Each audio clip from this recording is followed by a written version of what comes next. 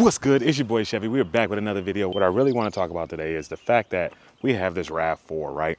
Now, we've had this RAV4 for about 1.5 years now, and I think I had it for a long enough time now to really give a real overview of the vehicle, but I realized that I never told you guys why we chose a RAV4. Now, just to give you guys some background, this is my wife's 2019 Toyota RAV4, right? XLE.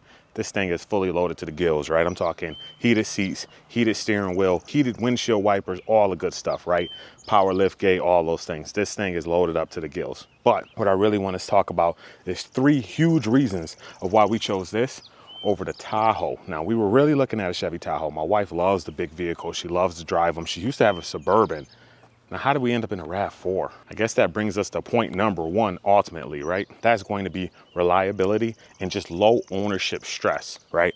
There's a reason why the RAV4 is the #1 best-selling vehicle in America right now and why it sold out every other vehicle out there. This thing is reliable to the gills. This thing is bulletproof engine, runs, gets the job done, and we got the all-wheel drive model.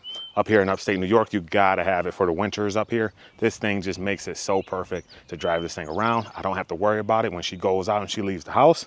I'm not worried that her car won't start, anything like that. This thing is huge for that.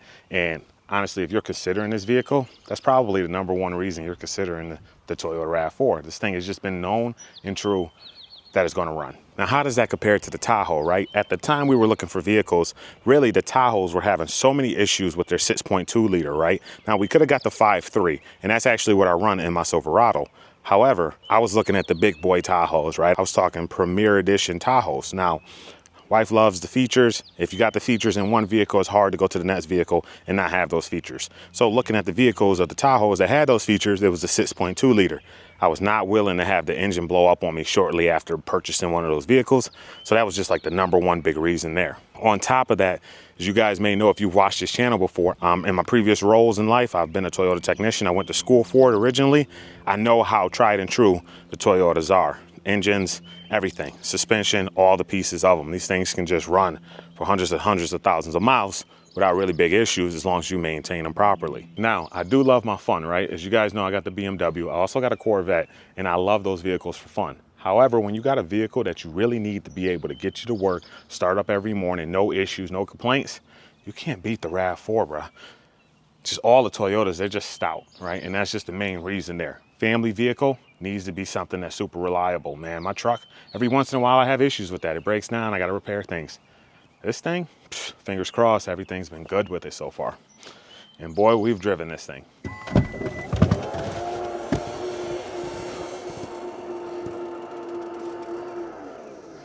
Now that really brings us to point number 2.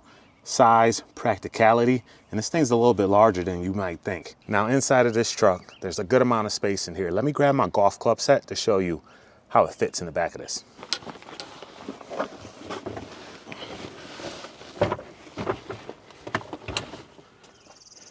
You can easily fit about 2 golf club sets in the back of this thing, 3 if you want to stack them on top of each other. So as you guys can tell, there's a good amount of space back there. Let me show you guys what it looks like normally throughout the week and how Shorty keeps the back for her trunk. Right here is how she pretty much packs her trunk. Chairs right there, umbrellas in there for any sports, anything we got to stop and do. She has this little crate here. It's got a little sitting blankets, bleacher chairs inside of there. We have the basketball, and then inside of there we got a football. Press the button, it shuts. She loves this thing. All right. So right here in front of me is how I normally sit in this car when I'm driving. Right behind it, you can see your boy got a decent amount of space back here. The kids love it. This seat reclines back just a little bit, but it's not super huge like a Tahoe would be, but it's a practical size. And the best part about that is you don't have this huge vehicle when you're driving around just by yourself. Nothing's worse than trying to get in the parking garage. You're by yourself and you got a big old Tahoe or something to park. With this little thing, it's easy. It's like parking a car. That's the end of number 2. And just with that smaller size and smaller engine compared to the V8, yeah, we save a bit on gas. This is our most economical vehicle. If you were to compare this against the BMW, it saves gas. You compare it to the truck, definitely saves gas.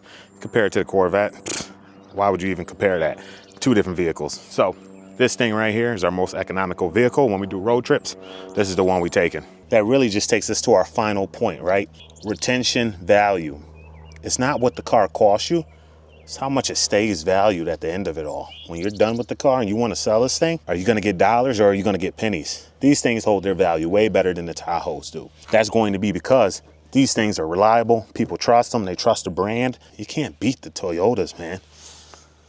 Really having an economical vehicle, it's like almost having a winter beater when you got your regular cars, right? When you have an economical vehicle, it allows you to save the money to be able to do the fun projects, like throwing coilovers onto the BMW, throwing a lift kit onto the truck, or throwing a camshaft in the Corvette.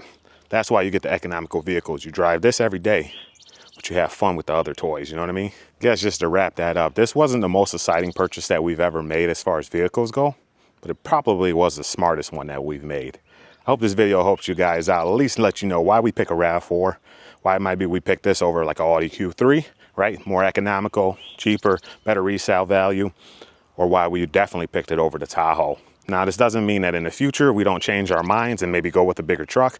Once again, like I said, sometimes you just gotta go with the bigger truck. Shawty loves the big truck. She loves the Tahoe, Suburbans, things like that. So it could be in the future, but at the time, this was the better choice, and I couldn't ask for more.